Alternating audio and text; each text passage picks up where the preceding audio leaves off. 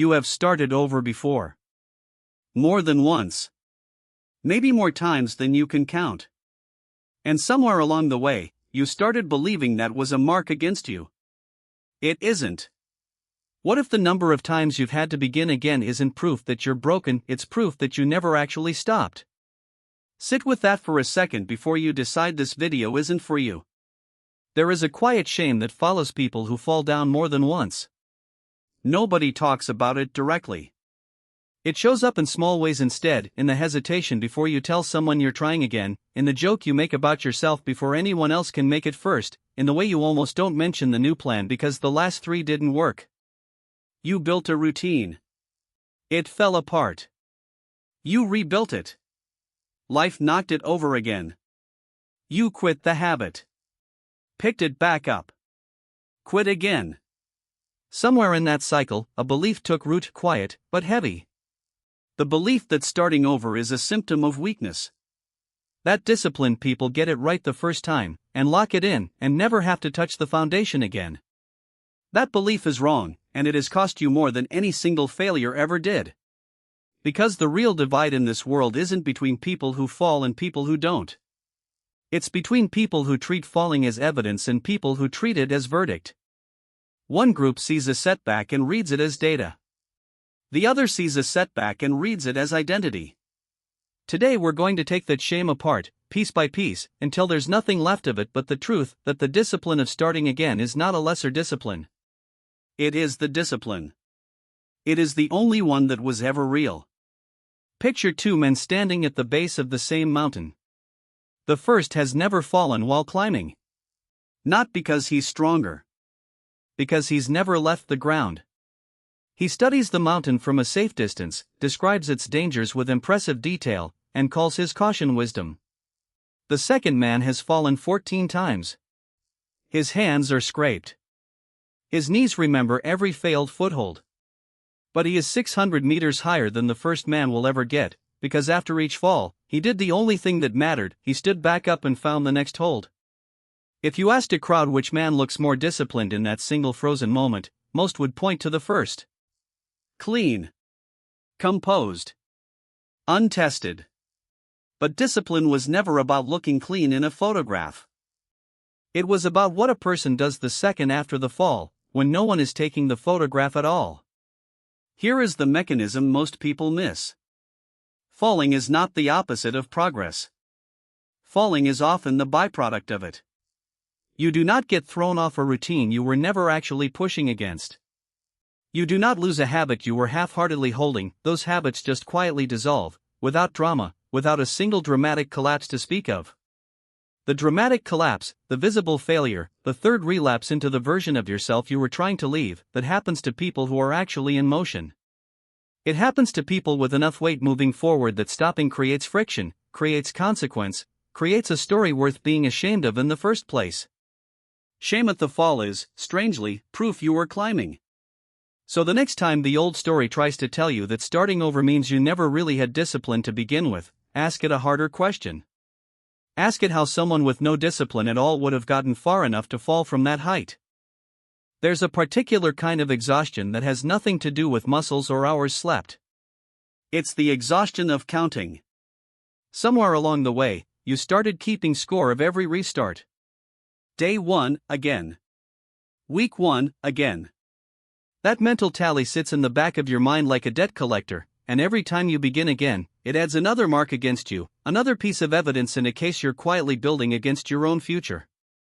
This is where discipline gets sabotaged before it even has a chance to work. Because the tally isn't measuring your character. It's measuring your willingness to keep showing up to a fight you could have simply walked away from. Think of a craftsman shaping a blade. The steel doesn't get folded once. It gets folded, heated, hammered flat, folded again, sometimes hundreds of times. Each fold looks, from a distance, like the steel is being undone. Flattened. Erased. Started from nothing. But that repeated folding is the exact process that removes the weakness hidden inside the metal. A blade folded once is fragile. A blade folded 100 times holds an edge that a single pass could never produce. Nobody looks at a finished blade and asks the smith to apologize for how many times it went back into the fire. Yet you have been apologizing to yourself, mostly, in the silence of your own head, for every time life put you back into that fire. Stop keeping the tally as a scoreboard of failure. Start reading it as a record of folds. Each one removing something brittle. Each one, however uncomfortable, making the next version of you harder to break. The discomfort was never the proof that something was wrong with you. It was the proof that something was finally being reshaped. There is a specific moment where most restarts actually die, and it's not the moment of falling. It's the moment right after, the private moment, usually alone, usually quiet, where a person decides what the fall means. Two people can have the exact same setback. Same missed week. Same broken streak. Same slide back into an old pattern. And they will walk away from that identical moment with completely different futures, because of one decision made in private, with no audience and no accountability but themselves. One decides the fall means something is fundamentally wrong with them. That they are the kind of person this keeps happening to. That trying again is just delaying an inevitable, familiar defeat.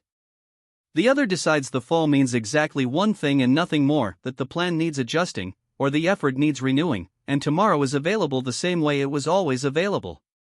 Picture a woman training for a competition who twists her ankle 2 weeks before the event. In one version of this story, she spends the recovery time convinced her body has betrayed her, convinced this is a sign she was never built for this, and she quietly withdraws before she's even fully healed. In another version, she uses the forced stillness to study footage, adjust her form, and returns lighter and sharper than before the injury happened. Same ankle. Same injury. Same 2 weeks. The outcome split entirely on the private meaning she assigned to the setback, long before her body had even finished healing. This is the part of discipline nobody puts on a poster, because it isn't visible and it isn't dramatic. It is simply the quiet refusal, made in a private moment, to let a single event write the ending of a much longer story.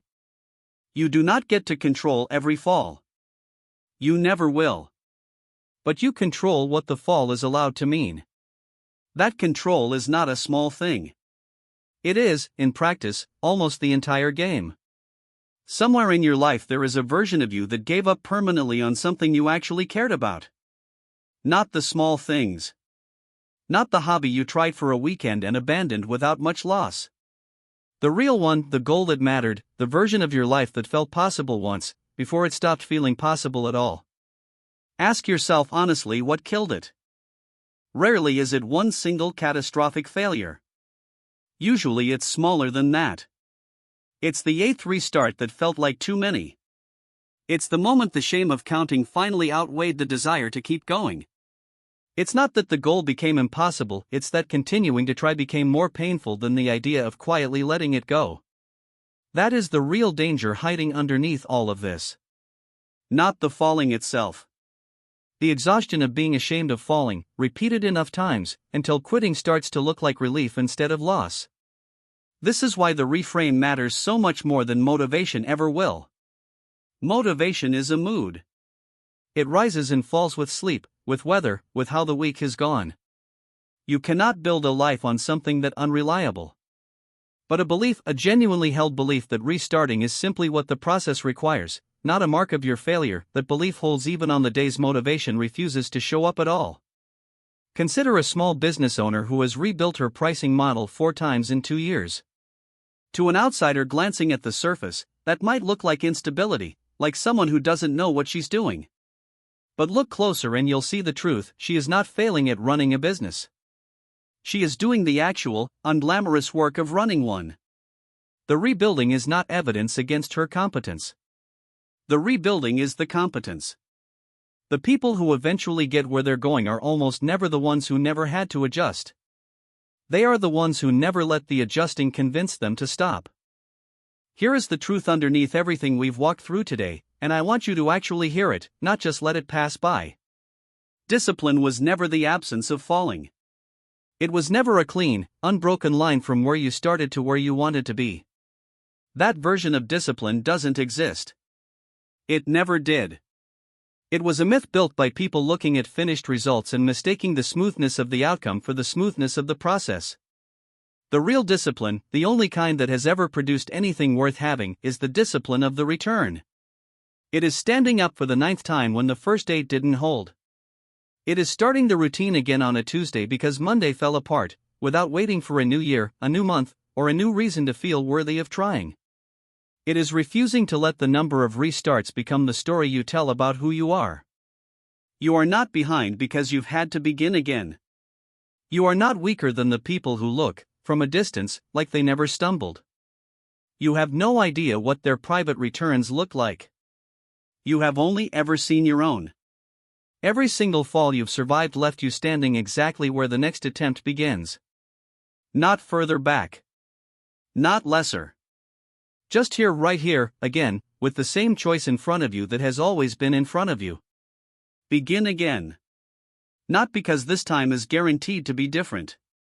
Begin again because the beginning was never the failure.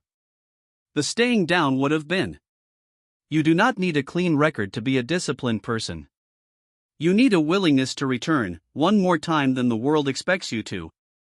That willingness is already inside you. It has gotten you this far, through every version of starting over you've ever lived through.